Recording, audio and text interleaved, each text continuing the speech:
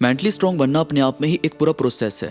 अगर हम ये सोचें कि हमें मेंटली स्ट्रांग बनना है तो हमें ये बात भी एक्सेप्ट करनी पड़ेगी कि हमारे आसपास की जो सिचुएशन है वो हमें कहीं ना कहीं अपने आप को एक लेवल ऊपर ले जाने में मदद करती है। हम जितना भी हार्ड वर्क करते हैं, हम जितना भी स्ट्रगल अपनी लाइफ में फेस करते हैं, वही चीज़ें हमें मिच्योर बनाती है और वही चीज़ें हमें मेंटली स्ट्रांग भी बनाती है। आपने देखा होगा कि हमारी जो 10-12 साल की एज होती है उसके बाद जो हम मिच्योर हो रहे होते हैं, हम आगे बढ़ रहे होते हैं, हमारी एज जिस तरह से ग्रो कर रही होती है, तो हमें उस एज में यानी 12-13-14 साल की उम्र में हम आसपास की चीज़ों को अलग नज़रिए से देखना शुरू करते हैं।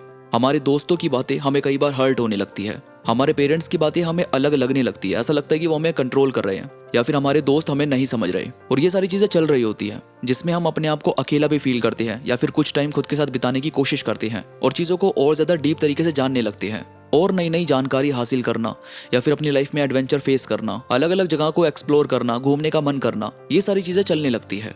तो कहीं ना कहीं ये बात सही है कि जैसे जैसे हमारी एज ग्रो कर रही है तो हमें नई नई चीज़ों का एहसास होता है और फिर जब हम अपने इमोशंस को या दूसरों के इमोशंस को समझते हैं तो हमें एहसास होता है कि एक्चुअल में मेच्योरिटी क्या है। या फिर एक एज के बाद जो आपको दोस्तों की बातें समझ आने लगती है कि उसने ऐसा क्यों किया होगा या किसी ने ये बात क्यों बोली या हमारे पेरेंट्स हमें क्यों समझा रहे हैं या हमारे पेरेंट्स हमें क्या समझाना चाहते हैं, ये सारी चीजें हम धीरे धीरे करके समझने लगते हैं और फिर यहाँ से आप देखोगे कि आप अंदर से खुद को मजबूत महसूस करने लगे हैं। इसी को एक तरह से मेंटली स्ट्रांग कहा जा सकता है। तो कुछ चीजें हैं जो वो लोग अप्लाई करते हैं जो मेंटली स्ट्रांग है। आज हम उसी के बारे में बात करेंगे कि कैसे हम खुद को ग्रो कर सकते हैं, कैसे हम खुद को मेंटली स्ट्रांग बना सकते हैं। तो इसमें सबसे पहली चीज़ है कि गलतियों को इस तरह से मत देखो कि मुझसे गलती नहीं होनी चाहिए। एक्चुअल में जब हम कोई काम कर रहे होते हैं, कोई नई चीज़ सीख रहे होते हैं, तो कहीं ना कहीं मिस्टेक होती है। भले ही आपने बचपन में साइकिल चलाना सीखा हो या कोई भी चीज़ जो नई चीज़ें हम करते हैं तो उसमें हम एकदम से नहीं सीखते, बल्कि कहीं ना कहीं हम गिरते हैं, उठते हैं, दोबारा से उसकी कोशिश करते हैं और फिर हमें वो साइकिल चलाने आ जाती है या फिर हम नई चीज़ धीरे धीरे करके सीखने लगते हैं। तो मिस्टेक यानी एक प्रोसेस है जिसमें हमें समझ में आ जाता है कि भाई ये काम इस तरह से नहीं होगा, ये किसी और तरीके से करना चाहिए।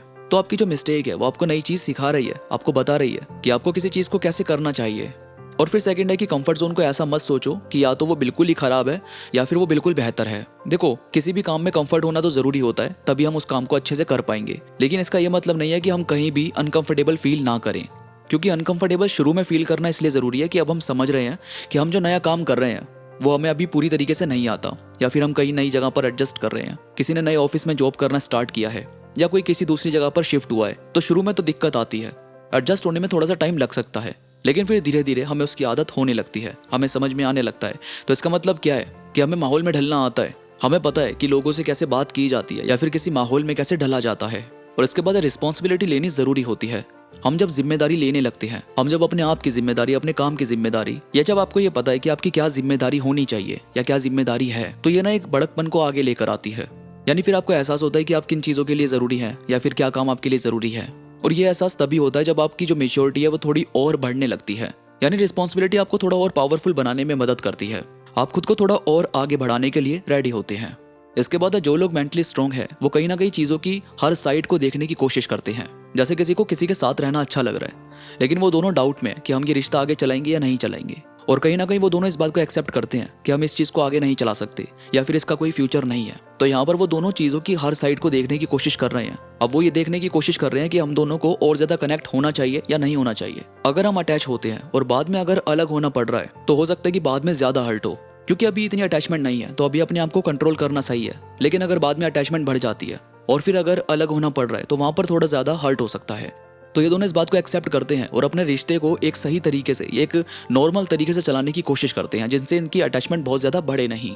तो यानी इस तरीके से, यानी चीज़ों की हर साइड को देखना, ये भी एक इमोशनल मेच्योरिटी कहा जाता है या फिर मेंटली स्ट्रांग कहा जा सकता है। तो यानी इन्हीं की तरह चीज़ों की हर साइड को देखना एक तरीके से मेंटली स्ट्रांग लोग करते हैं।